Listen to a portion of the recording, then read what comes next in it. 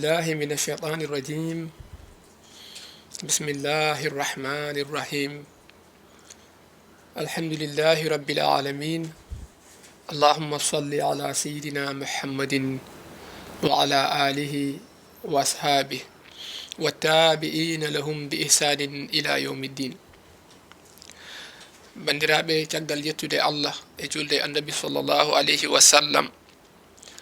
en gari ha joni e yewtere meɗen konngol l'islam yewtere nde mbaɗeten ɗo a yawo men Pindi TV kala ñalawma aljuma so tawi oɗo saaha yonti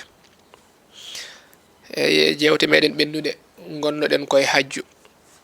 ha joni ko hen jokketen hande so Allah haaji. Eywa e jewte ɓennude en kaalino ko faati e harminde hajju. Neɗɗo kajjowo ko adoto wadde woni harminde ihram. En kaalino gueɗe baɗeteɗe hen. En kaali kadi ko faati e wangagol suudu kaaba woni dawaful qudum wonande garɗo law e nde yetti makka nde. En kaali wonde jomum haade nadde makka e ne waɗi ko wiyete miqat, ne waɗi gure taariɗe makka ɗe kala hen nokku ko ɗo to neɗɗo immori e banggue mo ardata haade nadde makka so yettima e miqat muɗum ko ɗon harminta hajju. Neɗɗo natata makka taw harminani hajju. Wona nder makka harminte e jomum so yettima e miqat o ɗon harminta juula darɗe ɗiɗi looto hey lotgal janaba ni anniyo hajjude hey juula darɗe ɗiɗi on saaha fuɗɗo wadde labbayka allahumma labbayka. On saaha kala ko haɗa o acca ɗum gila e fembade e holtade cegineji muɗum e lotorade sabunde walla ndiyam gulɗam walla ko nandi hen walla ɓornade comci ɗi ne filto jomum ina filto ɓandu mum walla comci ñootaɗi kala ko jomum waɗi hen hirsat e sodat hadiya hirsa nde woni o lomtina ɗum. Eyi en kaali so immimo ɗon so naati makka holko adoto wadde woni wangade suudu kaaba ndu wango leefi jeeɗiɗi. En kaali to fuɗɗorto ha to gaynirta so gayni o yaha safa e marwa. En kaali kadi safa e marwa o holno yarete ko laabi jeeɗiɗi yagol alimat artugol alimat. Eyyi sa immimo safa puɗɗortoɗa paya marwa mbiya go'o gimmoɗa marwa garta safa mbiya ɗiɗi gimmoɗa safa paata marwa mbiya tati. Eyyi ko marwa noon gaynoyta toon timmata jeeɗiɗi kala hen nokku en kaali sa yettima ɗon a daroto duoɗa ko juuti. Eywa joni noon so jomum yettima harmini wangima suudu kaaba ko wiyeteɗo waful qudum yeehi safa e marwa so arti hankadi gila yanoɓe ko adi hande hankadi jooɗoto heddo noon ne juula ne du'o. Eyyi so juuli woni jomum juulo e suudu kaaba to so yeehi noon hebbida wangade e yimɓe immiɓe e guure meɗen ne jeehi toon hebbinde wangade suudu kaaba ɓuuri moƴƴude e jomum e gawide ne hebbina nafilaji juuluji. Eyyi nde wonno juulu so jomum arti kala ɗo jomum woni aduna he ne wawi julde ne wawi nafilde kono noon wangade suudu kaaba heɓotako so wona toon. Ɗum waɗi mo hoɗani makka ina yiiɗa e jomum so yeehi toon hebbina saaha foof yaaha wango. Eyyi wona e du'ade ko noon wonirte ha ñalawma jeetati taske. Gila korka juula ɗon jomum hajju o fuɗɗi gila ñande hen noon ko ɗum ɗo tan mbawɗa wadde karmina jaaha bangoɗa ɗawaful qudum jaaha safa e marwa ko heddi ko noon hankkadi a fadat. Eyyi heddo no wattu juuli so ni jaaha juuloya juma to garta ha wona ñalawma jeetati taske. So ñalawma jeetati taske o yonti caggal to zawal yoni zawal woni waktu mo tisbar fuɗɗoto o guilay so tawi ko nokkuji men ga guilay 13h30 ha ko nandi hen woni waktu moɓe gaɗato noddinde o. So yoni on saaha gimmoɗa makka paya mina. Eyyi on saaha yimɓeɓe foof jadata. Eyyi yimɓeɓe foof ko mina fayi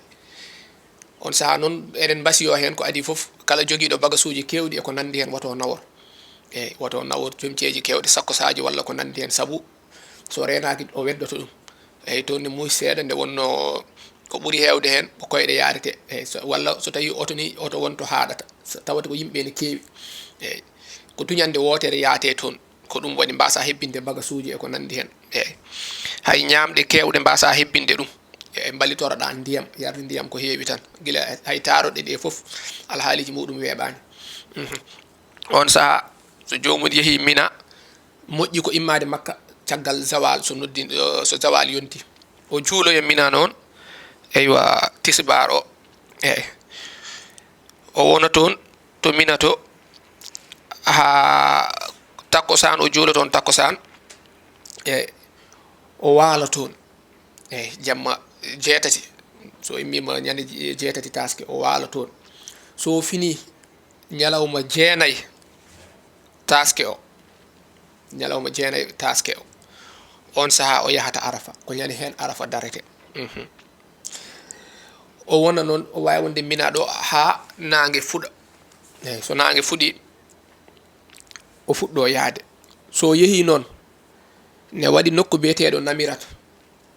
ko caangol eyyi ne wawi noon taw o saha fewnama e wonno nokkuji kewɗi hankkadi no wano ɗi natti wade noon ne waɗa karoji ha fewi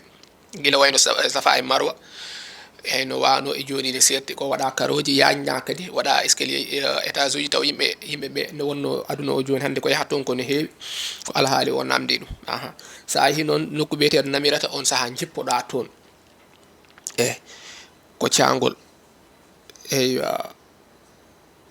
sa hedde gaga arafa haade ma yettade arafa ko toon woni sa yettima toon ko adi zawal gona toon ha zawal yona ay darde arafa darete ko ñande ñande jeenayi taske kono darde nde sellata ko caggal zawal caggal tisbar so yoni sa yeehi a darima arafa ko adi tisbar yonde kadi haydara ala ko nafata a heɓani mais ne yiiɗa noon daroɗa to wiyete namirata ɗo ha zawal yonta on saha paya arafa eyyi woni so nangue o ñima so tawi noon hankkadi zawal yoni a yeehi toon on saha oɗon dendina tisbar e takkosan koko rendinte te kadi usse tisbar juule darɗe ɗiɗi silmine takkosan juule darɗe ɗiɗi kanƴe ɗiɗi juuldete lawol gotol eyyi on saha daroyɗon e arafa hayre nde wiyete noon kono noon ko taari hayre nde takko ɗon less ɗon foof koye arafa he jeeya eyyi jomum ɗaɓɓaka wiya wonde yo ya ngabbo e dow hayre nde ala kala to dari less ɗon ine yona eyyi te arafa o wona darade tan sa jooɗima ne yona sa darima ne yona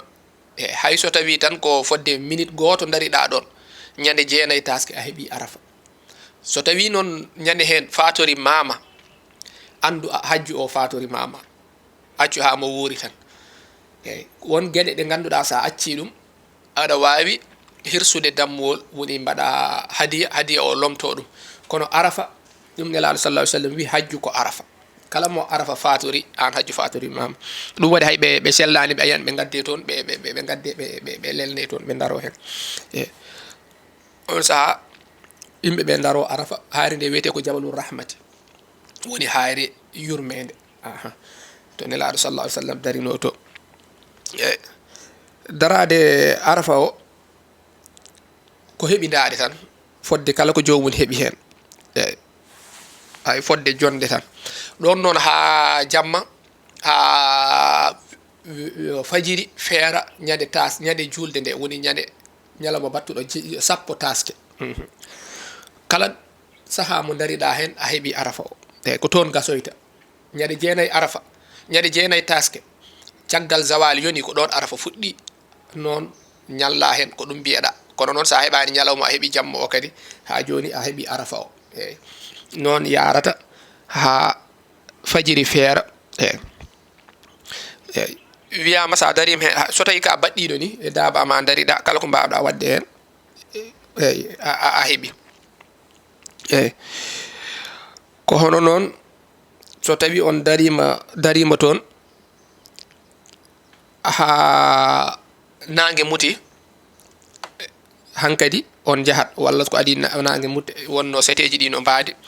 hankkadi on jahat payon Muzdalifa on juulata arafa ɗo futuro ne wawi yonde on ɗon kono on juulata ɗon futuro on jahat to wiyete Muzdalifa so jotti Muzdalifa ndendi noon toon futuro e gueƴe futuro e gueƴe o rendine toon gueƴe ɗe usse gueƴe ɗe ko darɗe ɗiɗi juulete kono futuro kañum ussetake foti koye dardagal foti koto wawi wonde foof eyyi kala juulu darɗe tati en kaali en jangguino ɗum e darsuji men ɓennuɗe ko fati juulu eyyi futuro e subaka en ussetake kala juulu ngu nanda ne usse sababu de dangal walla gantu ko juulu ngu ganda ko darde nayi wadi woni tisbar takosan e geeje ko diido gussete futuro e subaka ussetake eywa so tawi on jehi Muzdalifa on dendini futuro e geeje on balan ton on saha koccon ton kaaje jeeɗiɗi kaaje ɗe oɗon berloyo ñande julde nde kaaje ɗe ɗon tan berleteɗe ñande julde nde to jamratul aqaba ko ɗen tan koccete Muzdalifa on saha koccon ɗe mbalon ton so tawi noon ko sunnaji arafa ɗum ko haydara ɗum ko ɓuri hewde hen faati koye ardiɓe wonɓe toon ɓe ina yiɗa hen khutbaji hono khutba aljumani ene andina yimɓe ɓe dewe mabɓe Allah ko addiɓe toon koɓe poti wadde ɓe ciftine kadi nde wonno Allah wino ko ɓuri moƴƴude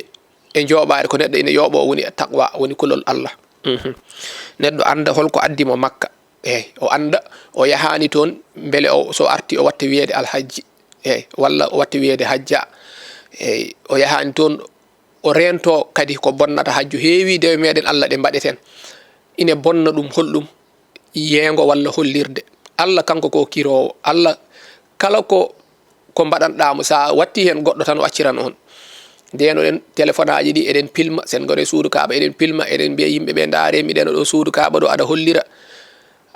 hollira hoorema aɗa waɗa internet he kala to jaaɗa sa ari arafa mbiyeɗa ko ya sohlir du'awu hakkunde safa e marwa sohlir du'awu sohlil kulol Allah ciftora wonde ɗo nelaɗo sallallahu alaihi wasallam wonno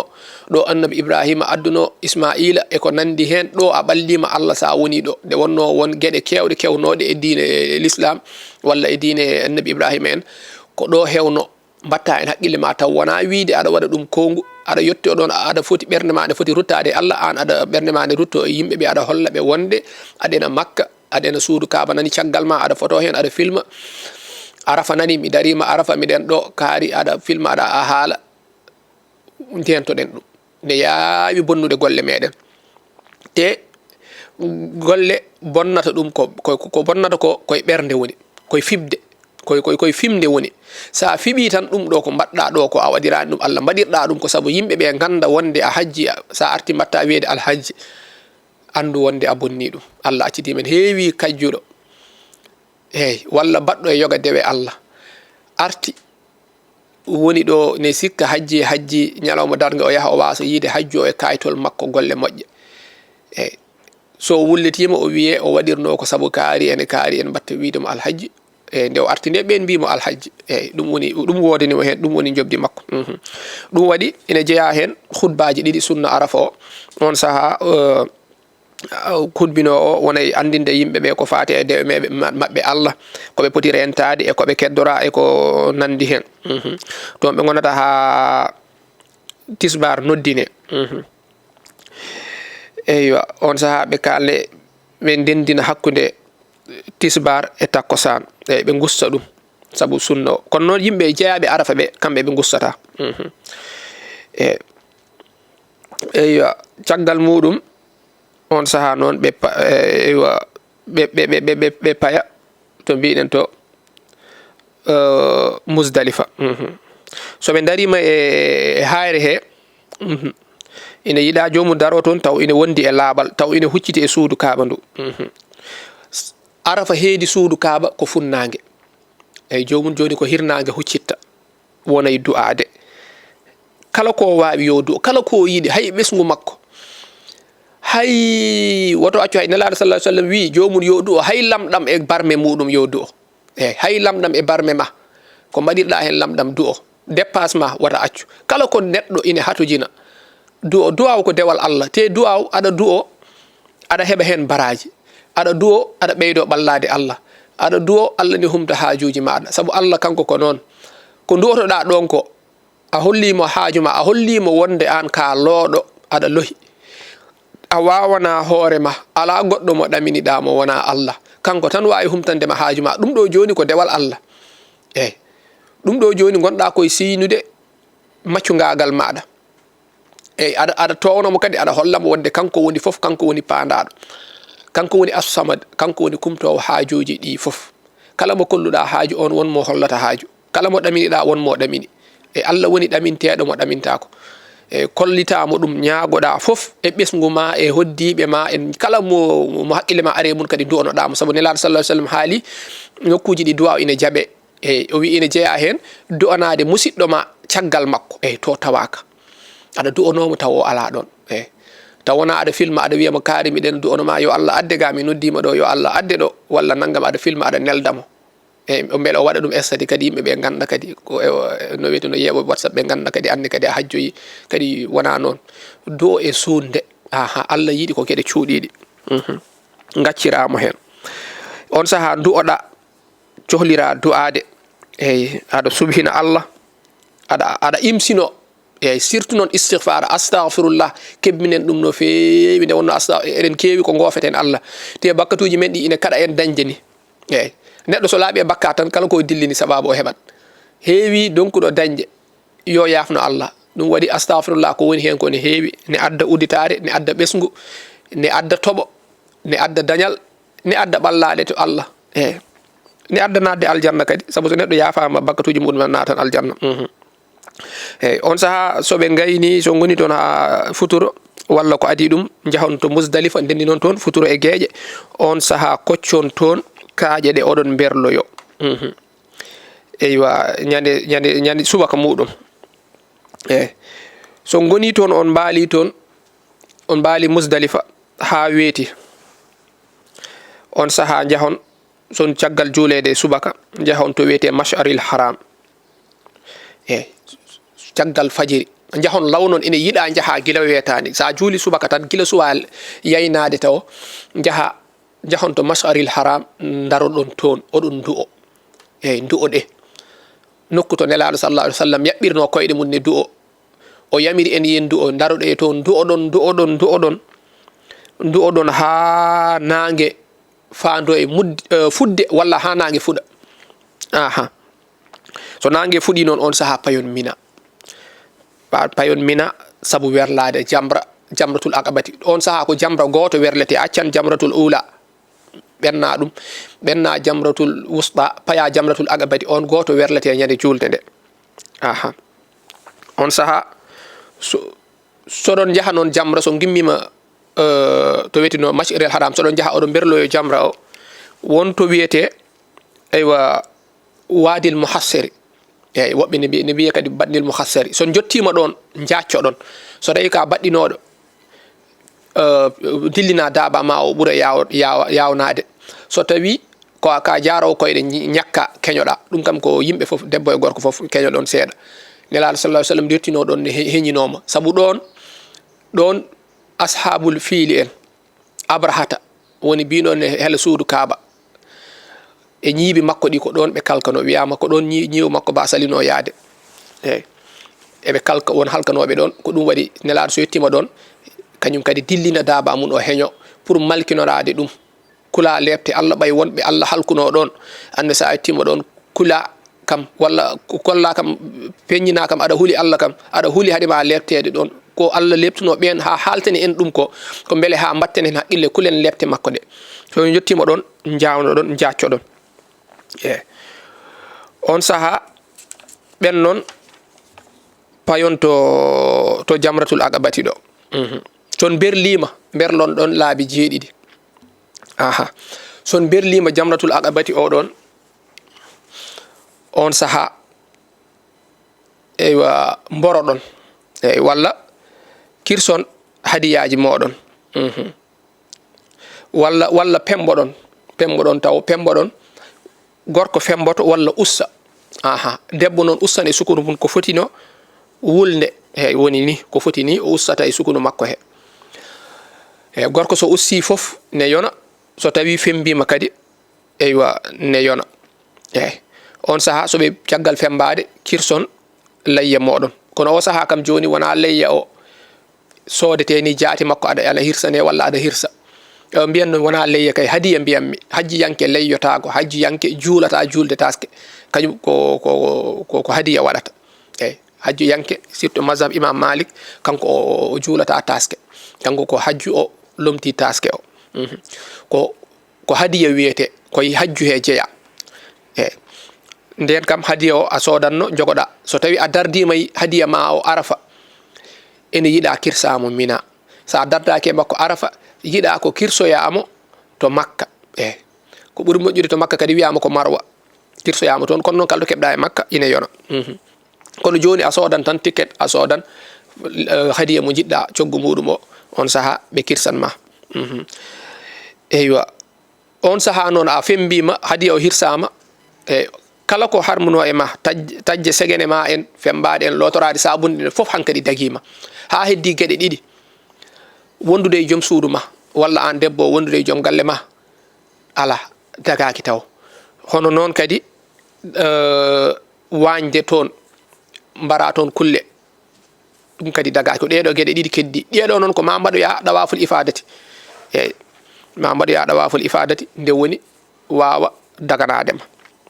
eyyi caggal hirsi hadiya o ha gasi hankkadi payon suudu kaaba to mbaɗon ɗawaful ifadati eyyi bangoɗon ko wiyete ɗawafu ifadati wangugol ngol ɗo noon ñande julde nde ngol ɗo woni farilla mawɗo ngol ɗo woni sa acci hajju ma ala hajju eyyi wangugol ngol ɗo eyyi woni ɗawaful ifadati ganniyoɗa ko ɗum mbaɗata bangoɗa ɗum laabi jeeɗiɗi sa wangima hankkadi hay kala ko harmuno ko heddino ko harmuno ko dagani mama raddane dagani mama wonude e joom suudu ma walla joom galle ma hankkadi dagani mama eyo caggal on mbaɗi ɗawaful ifadati o